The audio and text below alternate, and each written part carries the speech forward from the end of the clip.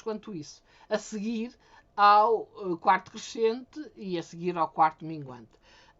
Podemos também ver a variação das marés num ano, em 2022, também eleições, e vemos exatamente uma multiplicação por 12 deste esquema que vocês estão a ver, em que percebem que há aqui assim períodos, que são as marés equinociais, que se situam próximo dos equinócios e que têm um máximo de amplitude. As marés vivas podem ter um máximo de amplitude. Isto é um assunto que eu acho muito interessante, que nem sempre as pessoas compreendem, mas é lamentável que estes assuntos não sejam explicados aos estudantes, porque de facto as pessoas vão para a praia, nem sabem se vai haver maré alta, se vai haver maré baixa, e era muito fácil ensinar isto às crianças e aos jovens, não é? Bom, indo agora para o tema-chave que eu queria tratar. Há um organismo chamado Permanent Service for Mean Sea Level que nos dá relative level, o nível relativo do mar. Portanto, trata-se do nível relativo do mar, ok? Não é o nível absoluto do mar.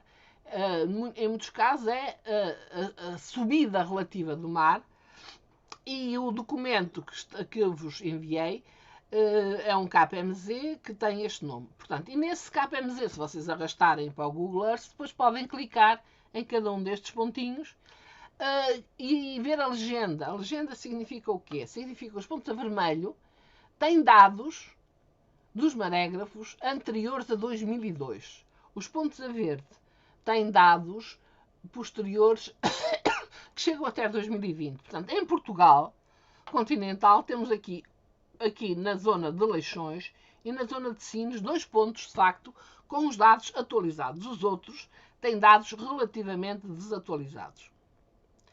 Aqui tem o aspecto do dito site. Se clicarem neste ponto, vão obter um documento que eu queria passar-vos, mas como é uma pasta não se consegue fazer isso, que tem os elementos necessários para construir curvas da variação do nível do mar de todos os pontos existentes nesta base de dados. Portanto, é muito interessante e vocês poderão brincar à vontade se tiverem tempo para isso, não é? Portanto, num outro site ainda, este já da NOAA, vocês podem encontrar este outro aspecto. Quer dizer, isto que estava aqui a ver-se, pode inclusivamente originar um KPMZ, que foi aquele que vocês já viram. Este também tem um outro KPMZ, são ligeiramente diferentes. Agora o que vem aqui? Aqui vem as variações relativas do nível do mar. Vamos estudar primeiramente a Europa. Claro, evidente. Querem dizer alguma coisa? Alguém tem o microfone aberto? Aqui assim, na Europa, o que vocês têm é que há locais onde o nível do mar está a descer, reparem. Estão a violeta e azul claro. E, bom, na maior parte dos sítios, efetivamente, o nível do mar está a subir, ok? Porque é que o nível do mar estará a subir? Já vamos ver. Aqui temos o outro documento, o outro KPMZ, que mostra os valores, efetivamente, que estão a ser encontrados para cada um daqueles portos. Reparem que o número de portos já está muito reduzido. Onde existem mais é aqui nesta área. Na península não são assim tantos quanto isso. E tem os valores quantitativos da subida do nível do mar. Reparem aqui o que é que predomina. Aqui predominam momentos, situações em que há descida do nível do mar, às vezes da ordem de 8 milímetros por ano. Desta área predominam subidas do nível do mar, mas que, reparem no verde, vão de 0 a 3 milímetros por ano. O que está amarelo já é superior a 3 milímetros. Portanto, há aqui um ponto amarelo, outro ponto Cádiz, e aqui há outros pontos que estão ligados, evidentemente, a uma situação tectonicamente muito ativa. Portanto, na maior parte dos casos, o que vocês têm é subidas relativamente pequenas do nível do mar ou até descidas. Portanto, no sul da Europa isto é uma ampliação daquilo que estávamos a ver, para se conseguir ver os valores melhor. No norte da Europa, realmente verificamos que há muitos pontos em que está a haver uma descida do nível do mar. Porquê é que isso acontece? Nós sabemos que o norte da Europa foi afetado por uma glaciação, a última glaciação, pelo menos, e mais outras glaciações, claro, não foi só essa.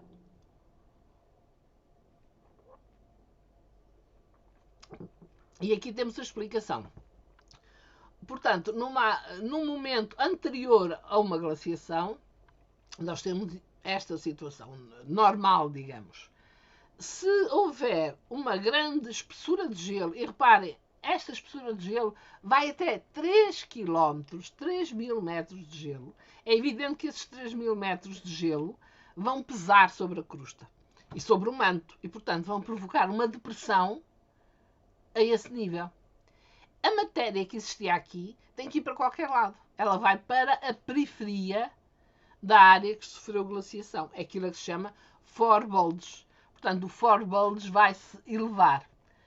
Quando o gelo desaparece, o que vai acontecer? Isto vai subir, esta área vai subir, e esta área, porque esta matéria vai girar outra vez neste sentido, vai colapsar. De que é que resulta, o que é que resulta disto? Bom, resulta que nós vamos ter locais onde o continente está a subir, e são estes locais marcados aqui a castanho, a amarelo e a laranja, e daí resulta que as variações do nível do mar são deste tipo. Isto aqui muito perto, estão a ver, da zona central do Inlances. Em Estocolmo, uma coisa parecida, menos intensa um pouco, mas parecida. O nível do mar está a descer.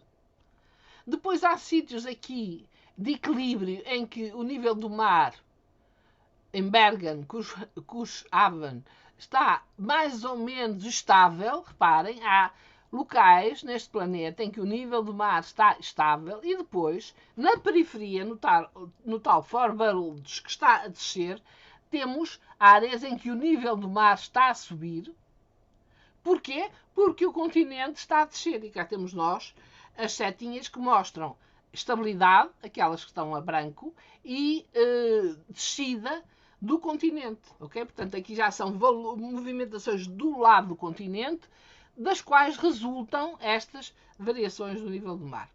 Se há documentos, infelizmente, um bocadinho antigos, que não estão visíveis na atualidade, pelo menos não os encontrei, em que é possível representar as variações do nível do mar, o número de anos que correspondem aos valores que nós temos, portanto, aos valores das tendências, e aqui temos as tendências. O que é que estão organizadas de acordo com a latitude, portanto, aqui os pontos de latitudes mais altas e aqui os pontos de latitudes mais baixas, e este fenómeno aqui parece mais do que evidente. Também temos nos quadradinhos o número de anos correspondentes às tendências que estávamos a ver. Portanto, aqui temos a curva mais extensa, que é a curva de Brest, tem 189 anos, e uma curva também apreciavelmente extensa, que é a curva de Cascais, que tem 106 anos de duração. Portanto, isto para verem que, por um lado, a duração das curvas é relativamente variável e que, claramente, no norte da Europa, há uma tendência para que o nível do mar esteja a descer, e mais para o sul da Europa há uma tendência para que o nível do mar esteja a subir, e isso tem a ver com os movimentos isostáticos pós-glaciares. É evidente que, se os valores aqui do nível do mar são variáveis, há de haver algum fenómeno que está a influir aqui. Então, nós, indo para o Permanent Service for Mean Sea Level, encontramos este mapa e podemos clicar em cada um destes pontos As diferentes cores têm a ver com a data das séries, o último ano das séries. Reparem que os valores são diferenciados de acordo com os sites, não são todos iguais. E, portanto, às vezes é difícil fazer a equivalência. Às vezes, num sítios aparecem de uma maneira, noutros sítios aparecem de outra, porque eles cortaram as séries conforme lhes convinha. Mas aqui temos 2 pontos a branco, por acaso. Temos Leixões e Sines, que significa que há valores da variação do nível do mar até 220 metros.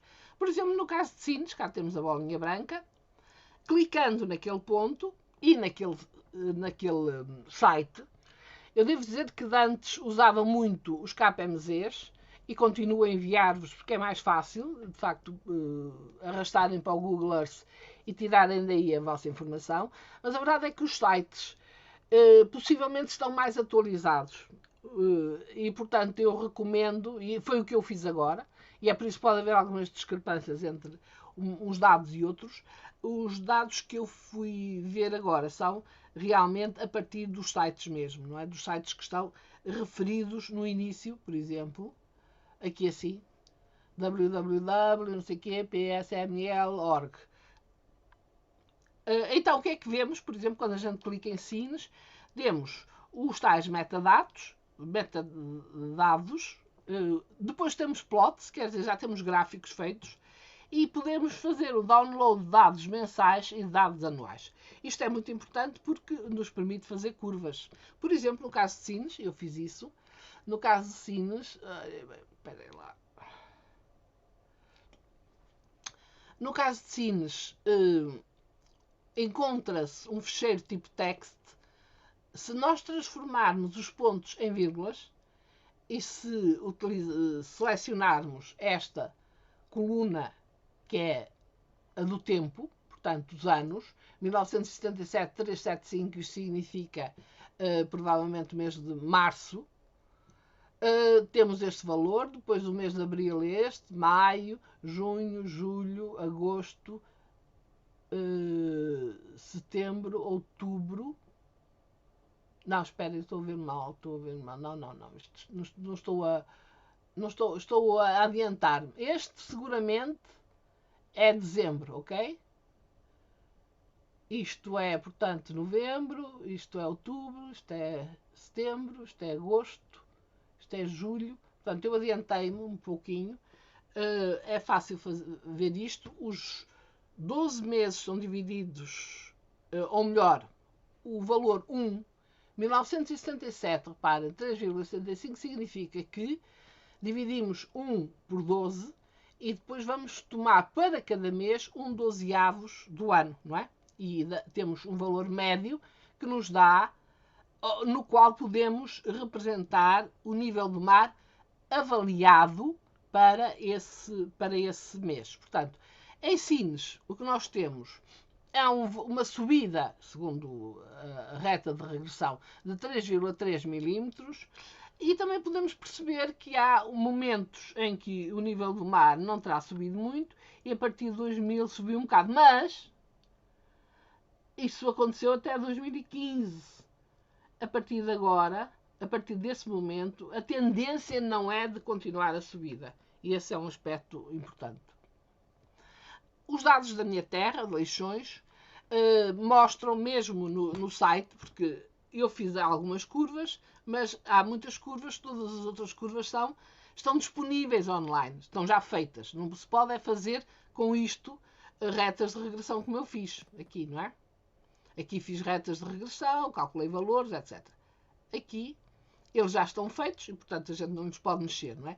Eles, por exemplo, em relação a Leixões, descartaram estes primeiros anos que lhes pareceram que não eram, digamos, corretos, porque estavam em desacordo com tudo o resto. E se formos usar apenas aqueles anos finais, nós vamos ter uma variação do nível do mar de 1 milímetro por ano em Leixões.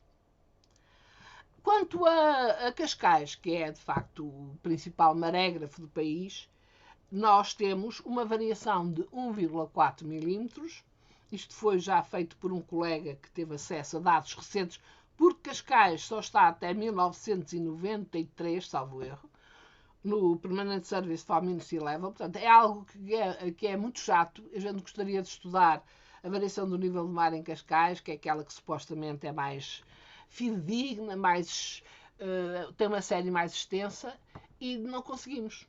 Não conseguimos porque temos dados até 1993. Mas houve um colega que é matemático e que conseguiu arranjar estes dados e, portanto, temos valores, aqui será 2010, portanto, aqui estará próximo de 2020, e o que nós vemos é que parece haver uma tendência para a descida. No conjunto, eu queria dizer o seguinte, no conjunto, portanto, temos esta reta de regressão, mas ela pode ser decomposta em várias áreas, segundo uma regressão polinomial, e nós vemos que há momentos de subida, momentos de descida, momentos de subida, momentos de descida, momentos de subida. Ora, reparem o que é possível fazer-se. Um cidadão que queira ser desonesto pega neste bocadinho entre aqui e aqui e diz que o nível do mar está a subir para aí uns 4 milímetros. Mas, desde 1880 até 2020, o nível do mar, na verdade, subiu 1,4 milímetros. O que significa que 4 milímetros é 3 vezes esse valor. E isso já poderá ter influência para se dizer, por exemplo, que o aeroporto de Montijo é uma péssima ideia, porque poderá vir a subir o nível do mar, segundo um senhor que por acaso também é o analista das curvas do Covid, o Dr. Carlos Antunes. Então, segundo ele, o nível do mar em Cascais estaria a subir 4 milímetros e até está a acelerar. O que não se vê. Aqui não se vê nada a acelerar. E, portanto, daqui a 50 anos terá subido não sei quanto, 4 vezes 50, 20 centímetros, e com 20 centímetros acima, um tsunami poderá dar cabo do aeroporto de Montijo. Eu não tenho nada a ver com o aeroporto de Montijo, não quero defender nada disso, não me meto num assunto do qual desconheço tudo, mas a verdade é que isto é um raciocínio falso, por um lado, porque é um tsunami que vai provocar isso, porque a subida normal do nível do mar será muito mais pequena. Eu disse mal. Imaginando que são 4 milímetros, que é aquilo que o Carlos Antunes diz, 4 milímetros vezes 80 anos, ok? Quanto é que dá? 32 milímetros. Quer dizer, 32 milímetros, não é? 8 vezes. Não, 320 milímetros, desculpem. Já estou como algo terrestre. 320 milímetros, quer dizer, 32 centímetros. Ok. Isto utilizando um valor que não é o valor correto para a subida do nível do mar em Cascais. 32 centímetros, no fim deste século, não vai provocar nada do outro mundo. Se houver um tsunami, não é por causa desses 32 centímetros que vai haver uma desgraça em Lisboa. Se houver um tsunami, há uma desgraça em Lisboa sempre, porque há milhares de sítios que estão abaixo do nível das águas atingidos pelo tsunami. Mas, enfim, em Lagos, a subida é da mesma ordem de valor, 1,4 milímetros. Também estão a ver que não há subida nos tempos mais recentes.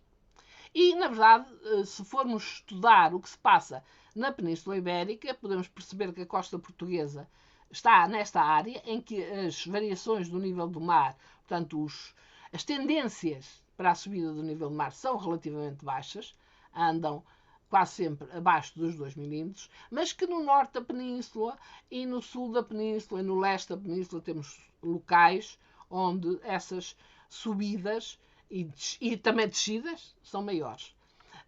Aqui os quadrinhos amarelos representam o comprimento das séries. Aqui temos que Cascais está a corresponder a 112 anos, aqui Cádiz 109, Lagos 91. Portanto, são os sítios com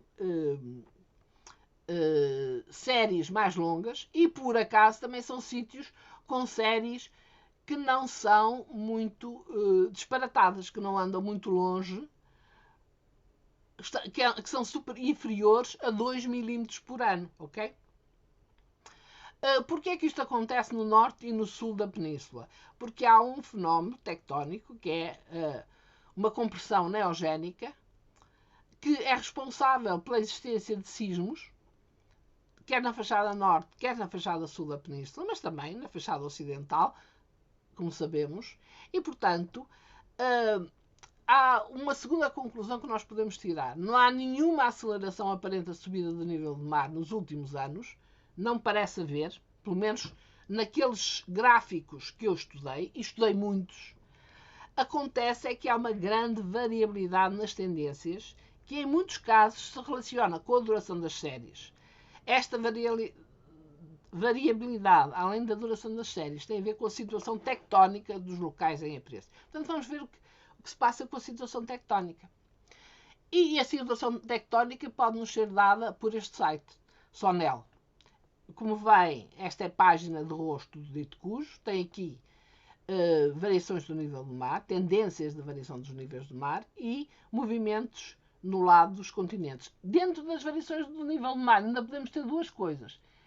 Variações do nível do mar relativas à Terra, portanto, são os valores relativos dados pelos marégrafos. Os marégrafos estão no continente, estão pousados no continente. O que vem é o mar a subir e a descer em relação a um ponto considerado fixo, mas depois é possível retirar a movimentação do continente, uma vez que agora já temos GPS, e retirando a movimentação do continente temos subidas absolutas. Vamos usar sobretudo estas, porque estas relativas à Terra são mais fáceis de obter e estas é que poderão considerar ser uma novidade. E finalmente temos aqui os movimentos do lado da Terra, que nós também vamos analisar.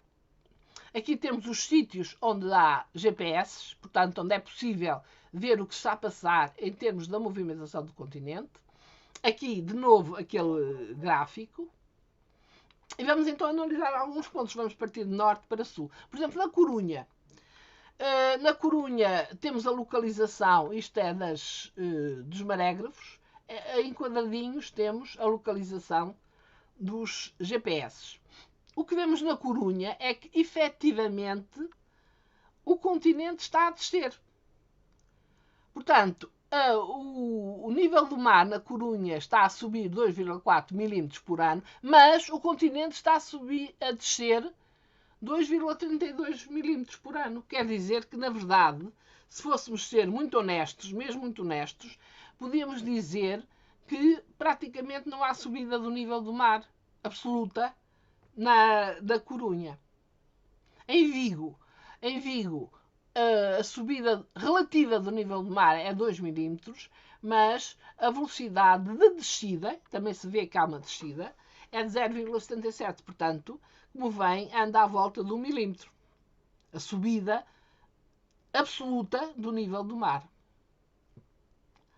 Aqui em Cascais, temos que a subida em termos relativos é 1,32, os valores que, como veio, são 1,32, 1,4, depende do comprimento da série e, como vos digo, em relação a Cascais, isso não está definido, uma vez que os dados que eu utilizei são dados diferentes daqueles que estão disponíveis no Permanent Service for Mean Sea Level, mas aqui o que nós vemos também é que há uma descida, na verdade. O Dr. Carlos Antunes dizia que Cascais estava a subir e que, portanto, como Cascais estava a subir, o nível do mar de Cascais, a variação do nível do mar de Cascais não era 1,4, mas não, tinha que se somar a isso a subida do continente. Ora, acontece que os dados do GPS, e lamento que ele não tenha visto isto, como matemático tinha a obrigação de ir consultar estas coisas, e na verdade o que dá é que há uma descida do continente, que se vê perfeitamente na curva, de 0,18 milímetros, mais ou menos 18. O que significa que pode ser 0,36 milímetros, não é? De descida a tirar a isto. Quer dizer, se formos a ver, anda à volta de 1 milímetro.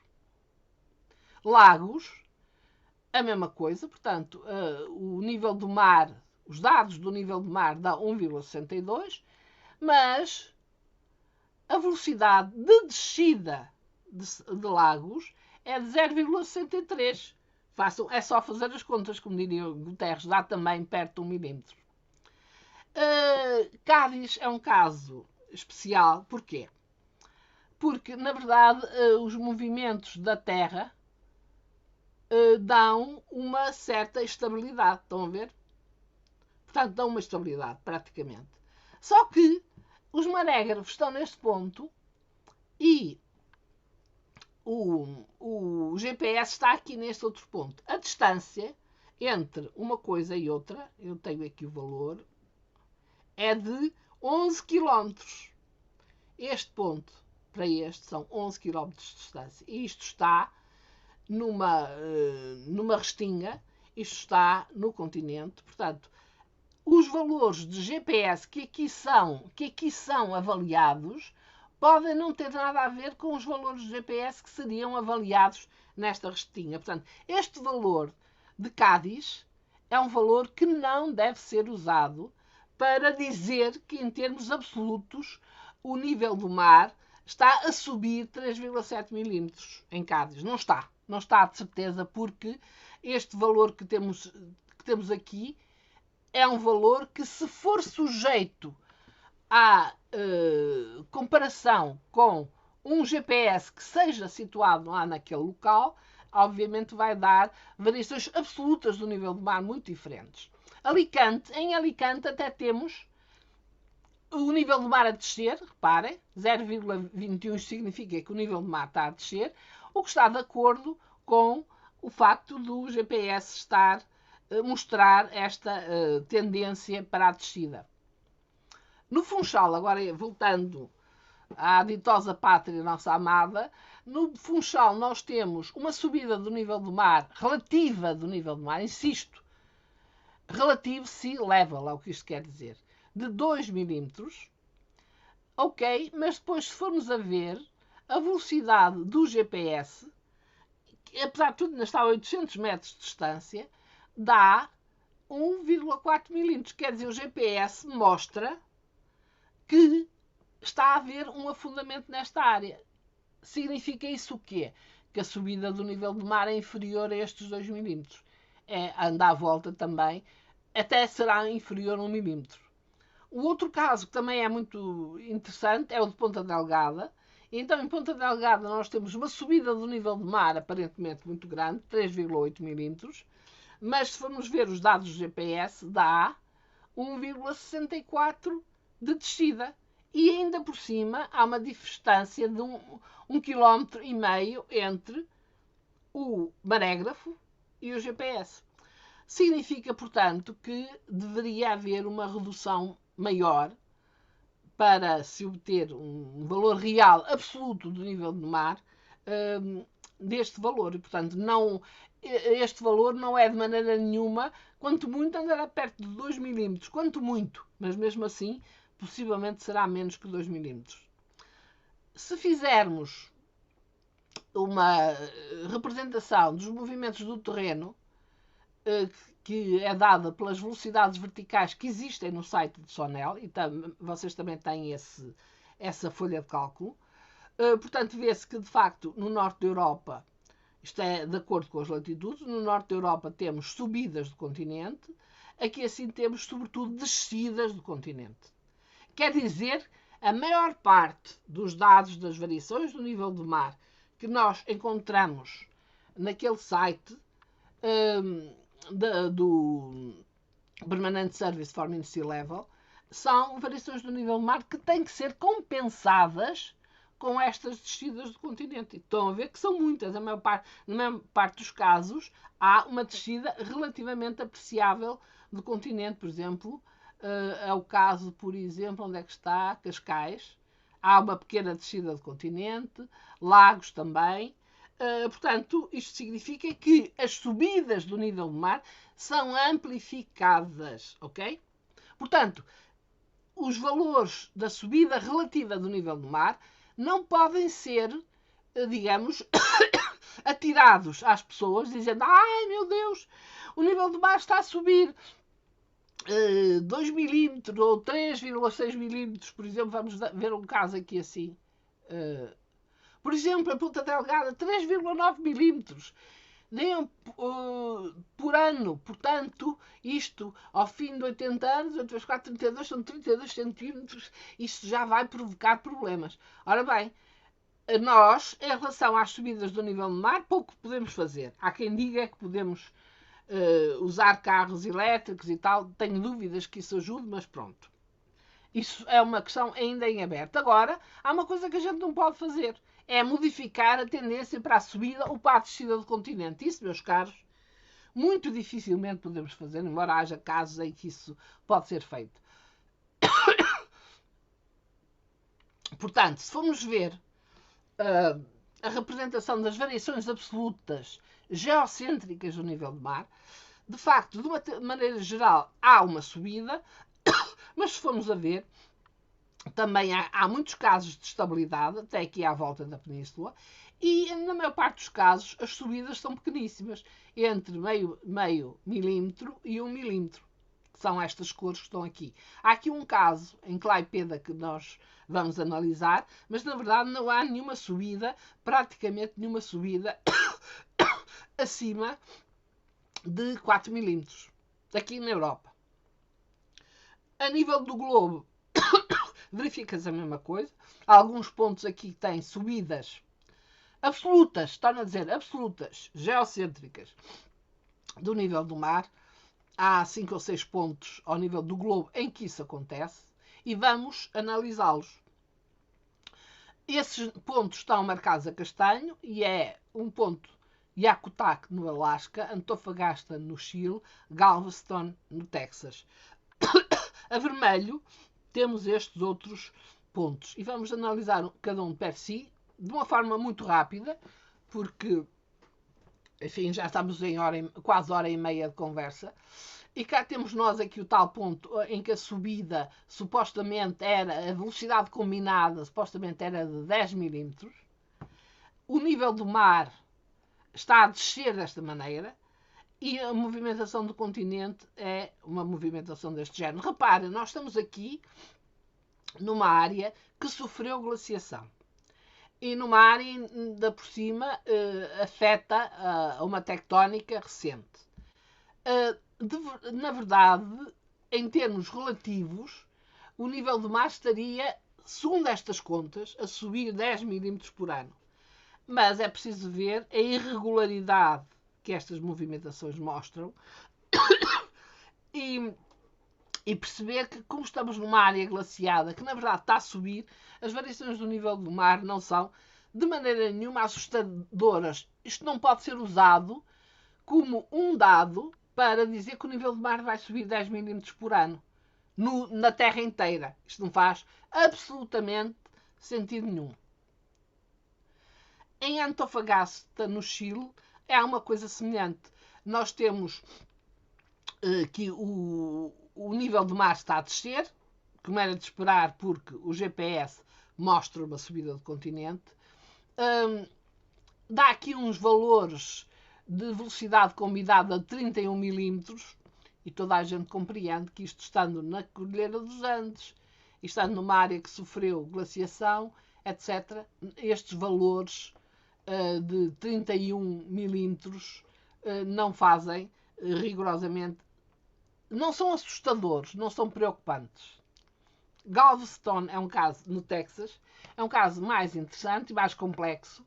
Aqui temos os variedíssimos pontos de variações absolutas do nível do mar.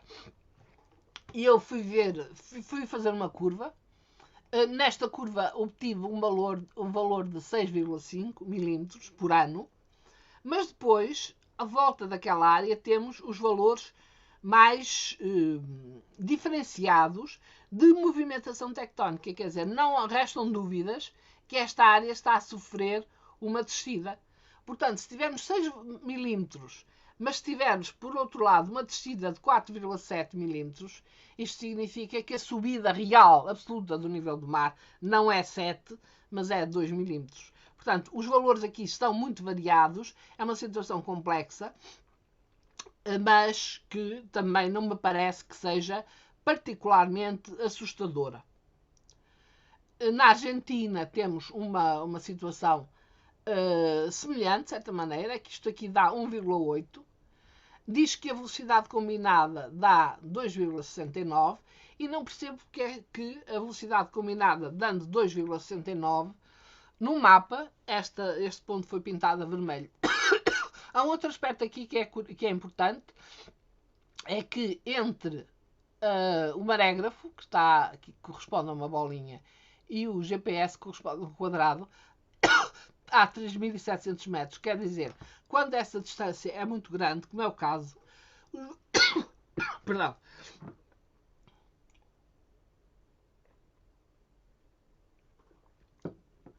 os valores que nós obtemos para as variações do nível do mar, para as converter de variações relativas em variações absolutas, não são fiáveis, ok?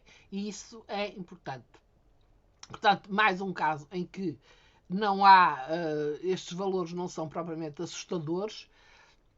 Na Antártida, nós temos este ponto que eles nos dão no mapa como Argentine Islands. Se fizermos a curva completa disponível, temos um valor de 3,48 milímetros ao ano, mas acontece que, tal como no caso de Leixões, estes primeiros anos parecem muito diferentes dos restantes. E se fizermos uma reta de regressão só para tirando estes primeiros anos, vamos verificar que a subida do nível do mar é de 1,2 milímetros. Quer dizer, não sei se estão a ver, mas está a haver uma tendência muito geral para que o nível do mar aparente subidas absolutas entre 1 e 2 milímetros no máximo. Neste caso até 1 milímetro. Portanto, o GPS aqui nas Argentine Islands também dá dados muito irregulares. E depois, finalmente, o único caso na Europa que poderia levantar problemas é que o nível do mar em Klaipėda, na Lituânia, calculado a partir de 1948, dá 3,1 milímetros.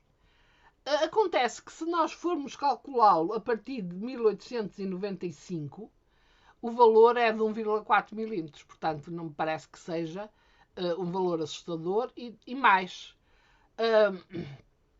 a velocidade desta área, de subida ou descida, é uma velocidade, há uma ligeiríssima subida, mas mais ou menos 1,49, quer dizer, o intervalo é maior que o valor médio. Quer dizer que estes valores para a Lituânia também não me parecem muito defensáveis. O Akanai fica no Japão, nas ilhas do norte do Japão, perto da Sakhalina. Aqui é um caso em que realmente nos dá uma subida de 3,3. Por sua vez, há uma subida do continente. Isto significaria que a velocidade combinada seria 4,76. Quer dizer, era realmente acima dos 2 milímetros ou dos 4 milímetros de que já falamos. Portanto, será um caso, enfim, a considerar, a compreender melhor, porque também é uma área relativamente distante dos centros de decisão. É possível que alguns destes dados não estejam completamente certos. Portanto, os valores que estão aqui marcados a castanho são acima de 6 milímetros ou a vermelho acima de 4 milímetros. São valores que são os únicos valores que de facto são relativamente, para aqui, acima de 4 milímetros, a castanha acima de 6 milímetros, que são parecidos com os valores com que nos querem assustar. A questão é esta. A questão é que nos dizem que o nível do mar vai subir de uma forma extraordinária até ao fim do século, e a gente, se for ver os sites que de facto guardam a documentação correta, validada por centenas de cientistas, esses sites dão-nos valores completamente diferentes. Quer dizer, aqui qualquer coisa que está errada. Porquê que está errada? Justamente os valores, a subida absoluta do nível do mar, portanto, a nível mundial. Este foi um boneco que me deu algum trabalho a fazer, mas eu acho que é interessante porque aqui temos os pontos que têm latitude norte e aqui os pontos que têm latitude sul. E o que vemos é que há sítios onde o nível do mar absoluto até está a descer, mas estão raros. Na verdade, na maior parte dos casos está a subir, mas está a subir entre quanto? Entre 0 e 4 milímetros no máximo, ok? Aqui falta a legenda, peço desculpa. 0 e 4 milímetros, com uma média que é de 2 ou até inferior a 2. Aqui temos os tais pontos que saem da norma, não é? E que nós tivemos a analisar. Portanto, estes pontos, que são os chamados outliers, que na verdade vão contribuir para subir a média. Mas são casos em que talvez estes valores não devessem, devido às razões que eu vos mostrei, não devessem ser metidos numa tabela em que mostra as variações absolutas do nível do mar. Bom, porquê é que isto vem a talho de foice? Porquê é que tantas vezes se fala de valores muito superiores? É que há uma coisa chamada altimetria de satélite, cujos valores calculados bastante, razoavelmente martelados, dão 3,42 milímetros por ano. E acontece que muitos dos indivíduos que que fazem propostas alarmistas relativamente às variações do nível do mar se baseiam nestas curvas. Ora, isto é uma única curva. É uma única curva obtida a partir de todo o globo. E o que diz obtida a partir de todo o globo, e já vamos ver em que situações. Portanto, aqui tem os links para obterem esta mesma curva. Portanto, é esta curva que normalmente está encasquetada na cabecinha das pessoas. E reparem, isto não tem nada a ver com os dados dos marégrafos. E os dados dos marégrafos, na minha modesta opinião, são muito mais válidos, não é? Sobretudo se a eles descontarmos os dados da movimentação dos continentes.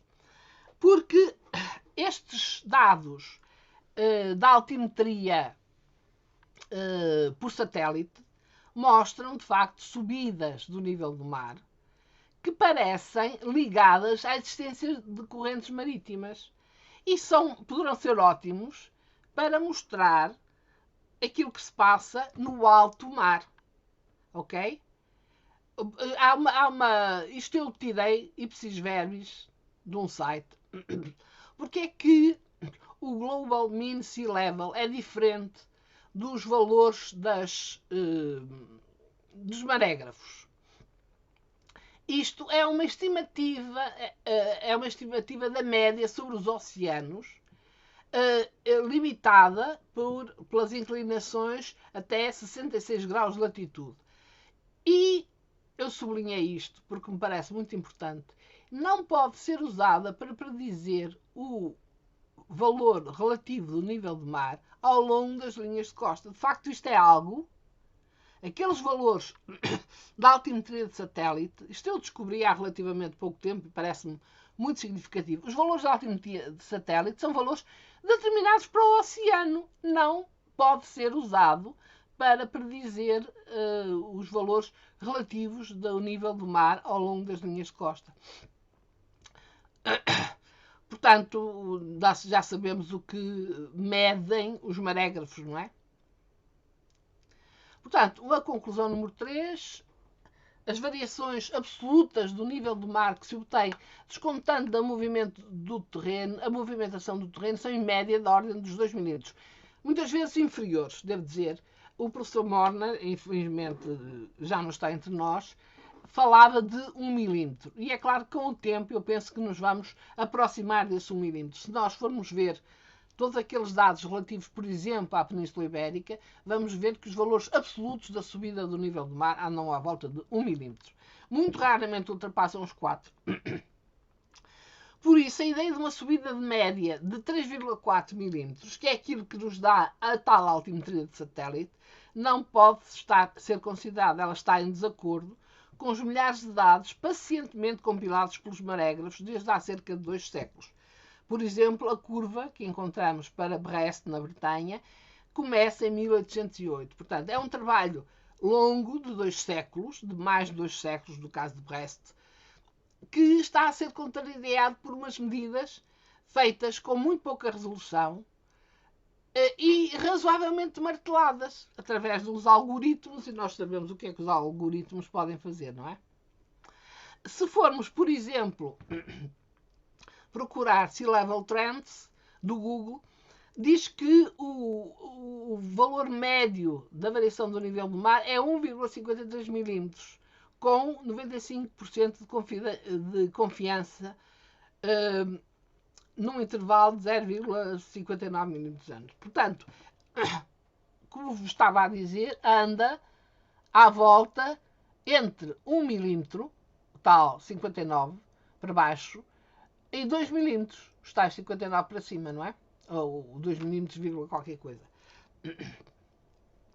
Ok, isto é o que diz, em síntese, este site. Mas, se por outro lado formos à Wikipédia, que é até um site que eu gosto bastante, se formos à Wikipédia,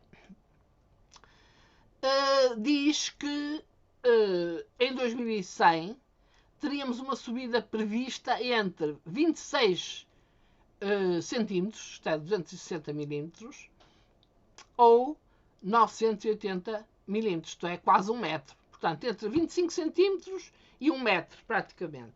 Ora bem, se a subida fosse de 25 centímetros, 26 centímetros, isto dava 3,5 milímetros por ano.